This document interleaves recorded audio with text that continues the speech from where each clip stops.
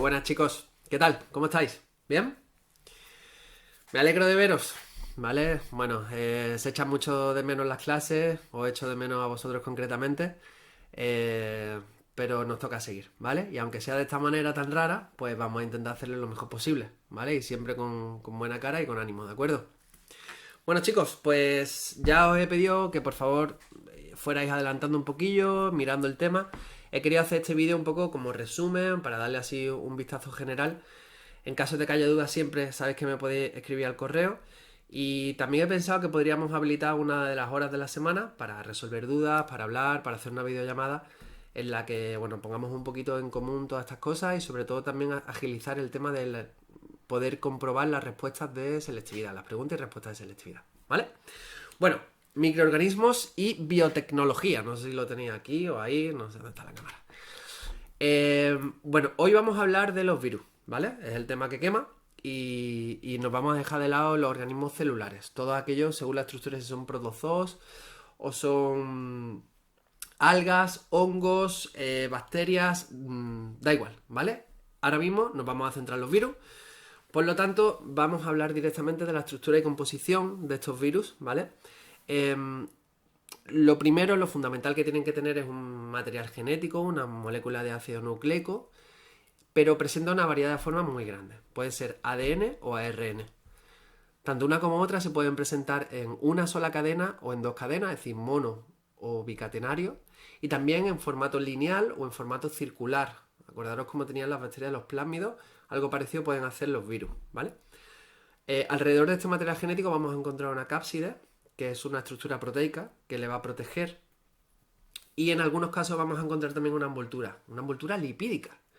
De hecho es una bastante parecida, cuando aparece es bastante similar a la que encontramos en muchas de las membranas plasmáticas de los seres vivos, del resto de seres vivos. Entonces, ¿qué interés tiene ahora mismo el tema de esta envoltura lipídica? El coronavirus pertenece, por ejemplo, a este tipo de virus. Entonces, ya sabéis, lo hemos estudiado en los lípidos, que la glicerina del jabón, al estar formada por ácidos grasos, ¿vale? Lo que va a hacer es romper esa membrana, esa capa de lípidos, porque ya sabéis que se enfrentan cabezas polares, colas apolares. Entonces la glicerina, digamos que se mete en medio y desestabiliza toda esa membrana, por lo tanto destruye al virus, es decir, lo abre, lo revienta, es como si le hiciera una raja, ¿vale? Eso es interesante saberlo estos días, por eso nos aconsejan tanto que nos lavemos las manos, porque como puede permanecer según la superficie más o menos tiempo, pues al final lo típico, no nos damos cuenta, nos tocamos la cara y nos contagiamos, ¿no? Así que bueno, pero eso para todo, ¿eh? No solo para este virus de Ara, pero en general. Vale. Eh, Estructuras de estos posibles virus pueden ser icosaédricos, que son los que tenéis ahí. Bueno, es una forma, un volumen poligonal formado por 20 triángulos en este caso, pero hay de diferentes maneras, ¿vale? Hay diferentes formas. Encontramos los helicoidales, que son aquellos que tienen forma de hélice, ¿vale? Son estructuras largas, el ADN iría, veis esa especie de muelles amarillo anaranjado que tiene, eso sería el ADN, la envoltura proteica sería la de fuera, ¿vale? Luego tenemos unas que son más complejos, que serían, por ejemplo, los que tenía a la derecha, los envueltos y los bacteriófagos. Los envueltos sería la estructura típica nuestra de coronavirus, digo nuestra porque es el tema de todos los días. Serían los envueltos, ¿vale? Fijaros que tienen una especie de moléculas en el exterior. Serían glucoproteínas o solamente proteínas, que es lo que les va a servir, como ya hemos dicho, de receptores, de, digamos, marcadores moleculares para poder unirse a otras células. En nuestro caso, por ejemplo, cuando nosotros nos contagiamos, sabéis que el coronavirus provoca síntomas, bueno, es una afección respiratoria. De hecho se llama así, ¿no? El síntoma severo de acute, no sé qué, ahora mismo da igual. El caso es que identifica dentro del tracto respiratorio cuáles son las células donde se puede anclar. Esas son las moléculas, las proteínas y los glúcidos que le ayudan a realizar esta función, ¿vale?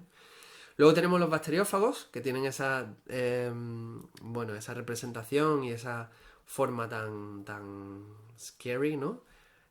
Bastante, yo qué sé, deadliest. Y luego los filovirus. Los filovirus como por ejemplo el del ébola, que es de este tipo, ¿vale? Que es como si fuera un gusanito y todo el material genético está enrollado por dentro. Bueno, aquí os he puesto también para que echéis un vistacillo cuáles son los diferentes tipos, ejemplos, algunas ilustraciones, fotografía de microscopía electrónica y demás, ¿vale? Le dais para atrás luego y volvéis si queréis. Bueno, os recomiendo este vídeo de esa gente que yo he puesto varias veces. Si copiáis el nombre y lo ponéis, vais a ver cómo los bacteriófagos son una de las criaturas más, bueno, como dice ahí, sanguinarias, como más asesinas del planeta, ¿vale? Están en continuo equilibrio con los virus. Hay una lucha eterna entre virus y bacterias y los bacteriófagos y las bacterias, así que es interesante ver, ¿vale?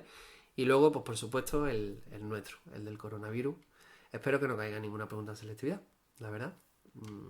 Lo primero, porque no se sabe a ciencia cierta ni cuáles son las formas de contagio. El tema del tamaño de la gota todavía hay estudios que están... no va todo muy claro, ¿vale? No sabemos el origen exactamente, no sabemos nada en profundidad.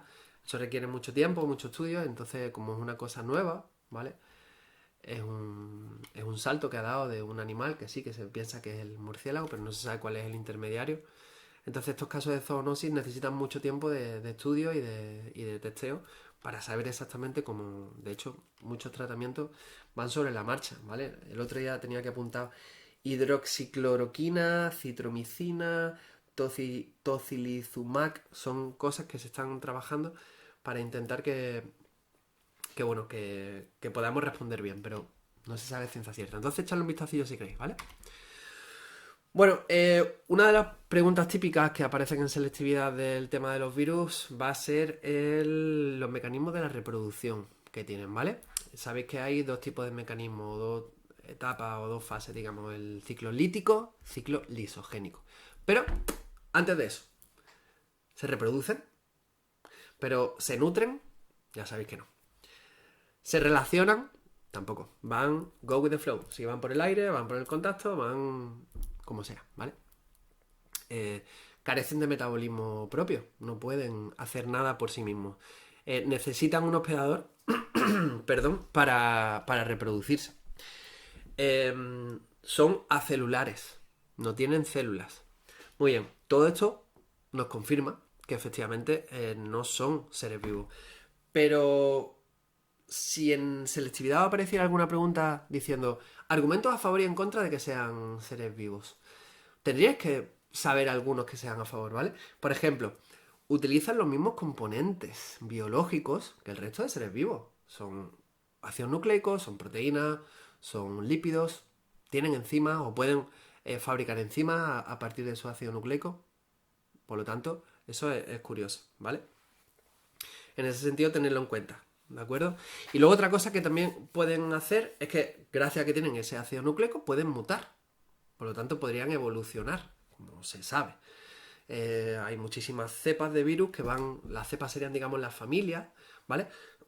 Que van mutando, que van cambiando, se van adaptando a los hospedadores que tienen y, bueno, van cambiando su estructura. Y por lo tanto pueden saltar de un animal a otro, o pueden infectar a una planta, o pueden cometer pues esas atrocidades que hacen, ¿no?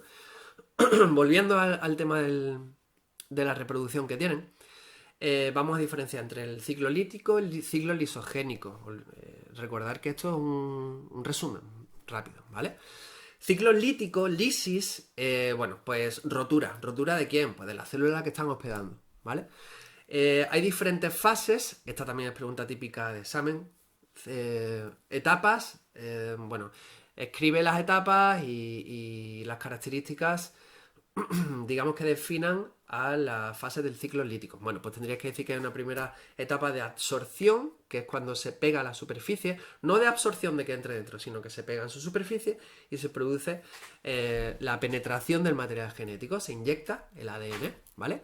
Ese ADN va a comenzar a utilizar la maquinaria celular de ese huésped en el que está hospedado para hacer, digamos, copias de sí mismo en cuanto al ADN o el ARN, según lo que sea, o también de proteínas, va a poder utilizar ribosomas. Por lo tanto, va a haber una fase, segunda fase o tercera, según lo que... Se me cortó el vídeo anterior, ¿vale? Continúo a partir de aquí. Hablábamos de ciclo lítico, ciclo lisogénico, ¿vale? El lítico hace referencia a lisis, ya sabéis que significa rotura. Va a implicar que el virus entra en una célula, se va a apoderar de su maquinaria celular para poder realizar copias de sí mismo de forma descontrolada. Conlleva la rotura o la muerte, desde luego, la rotura o el estallido de la célula que está hospedando, ¿vale? Las fases, ¿cuáles son? Absorción, decíamos, absorción con D, no con B, no de que se absorbe, sino que se pega en su superficie, a partir de ahí se inyecta el material genético, se produce la penetración de ese ADN o de ese ARN, y a partir de ahí empieza la fase segunda de multiplicación. Esta multiplicación consiste en que se adueña de esa maquinaria, de ribosoma, de retículo endoplasmático, de todo lo que le haga falta para hacer copias de sí misma. Ya sea el material genético, ya sea para fabricar sus propias proteínas, entre las que vamos a encontrar también enzimas, es decir, descontrol en la célula, ¿de acuerdo? Una vez que ha hecho un suficiente número de copias del material vírico, se produce el ensamblaje. La siguiente etapa sería el ensamblaje, y es que ese ADN se tiene que introducir dentro de la cápsida, esa envoltura proteica que decíamos que la protegía, ¿vale? Entonces, antes de que se produzca la liberación, la última fase de la lisis, de la rotura de la célula, se va a producir el ensamblaje, ¿vale? Y esa última, pues sí, puede ser que se hayan fabricado millones de viriones y se liberen al exterior, o puede ser una liberación, digamos, más controlada, ¿vale? Poco a poco, más moderada, no tan boom, reventón y listo, ¿de acuerdo? Bueno, esa sería la fase lítica, obviamente esta es la fase más, digamos, la que va a generar un mayor número de síntomas en el paciente, en el caso de que sea nosotros, o por ejemplo en una planta, si está afectando el virus del mosaico del tabaco, o muchos virus que afectan a tomateras y demás. Vamos a ver los signos muy rápido. ¿Por qué? Porque se está produciendo una invasión, ¿vale? En el caso del ciclo lisogénico, aquí no se adueña del material genético. De hecho, no hace copias de sí mismo. Lo único que va a hacer es insertarse e introducir de forma muy sibilina su ADN vírico, su ARN vírico, dentro de la célula que hospeda, ¿vale? Por lo tanto, no se presentan síntomas. ¿Qué es lo que está pasando aquí? Bueno, pues que según sea ADN o ARN, si es ADN lo tiene fácil, pero si es ARN, para insertarse en una célula eucariota típica, como las que vamos a ver después, que tiene una estructura de ADN, necesitaría hacer una transcripción, pero de forma inversa, ¿vale? Y esto es importante porque ellas cuentan, por ejemplo, el VIH, ¿vale? El virus que va a generar la enfermedad del SIDA, el virus de la inmunodeficiencia humana, que es un tipo de retrovirus, es precisamente eso, es una molécula lineal de ARN que una vez que se inserta cuenta con enzimas propias como la transcriptasa inversa, la estáis viendo ahí, que lo que va a hacer es una transcripción al revés, ¿vale? Nosotros estamos acostumbrados a ver pasar ADN en la transcripción a ARN. Pues esta transcriptasa inversa consigue generar ADN a partir del ARN que contenía el virus. De forma que cuando se inserte en formato ADN en la célula hospedadora y esta célula comience o continúe con su ciclo de vida normal y entre en fase mitótica, la fase M, sabéis que se duplica antes el material genético y luego se lo van a ir cediendo a sus células hijas. Pues ya está insertado el ADN o el ARN vírico en esas células hijas de la que ha sido infectada, ¿vale? Entonces, importante en la fase del ciclo lisogénico hablar de la ARN transcriptasa, que es la enzima que permite este paso de ARN a ADN. Y luego, sí, hay una duplicación, ¿no? Lo que hablábamos antes de cuando se divide la célula. Pero también es interesante que comentéis algo de que ese prófago, digamos, ese virus que todavía no está despierto, que está como dormido, está en fase de latencia, ¿de acuerdo?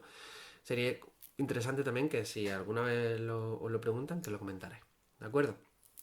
Bueno, era muy rapidito este vídeo, hablar un poquito de los virus, ya iré colgando más, ya iré subiendo cositas, materiales, ¿vale? Lo dicho, cualquier cosa que necesitéis me vaya escribiendo, pero considero que mandaron tarea o tal, no tiene mucho sentido. Yo os voy colgando vídeos, me vais respondiendo con preguntas y haremos una prueba cuando lleguemos al final, ¿vale? Próximo vídeo, microorganismos celulares. Besito. Hasta entonces.